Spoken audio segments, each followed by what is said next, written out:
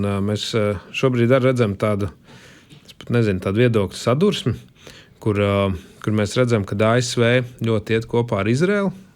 Jā, un tad ir atkal virkne rietumu valstu, kas ir Eiropā, kas Izraelu cenšas kaut kā pastumt ārā. Un atkal tā iekšēji,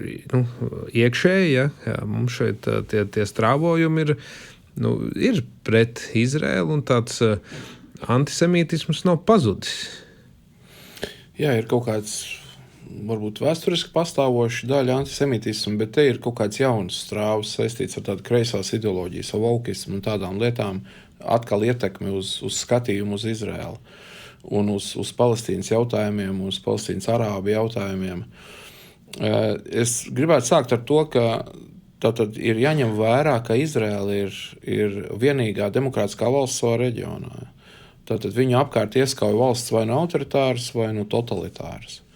Daļa no kurām viņi nav atzinuši vispār par valsti, viņi grib viņu likvidēt. Viņi pat divu valstu īstenībā risinājumu negrib, jo tad viņam būtu jāatzīst Izraela kā valsts.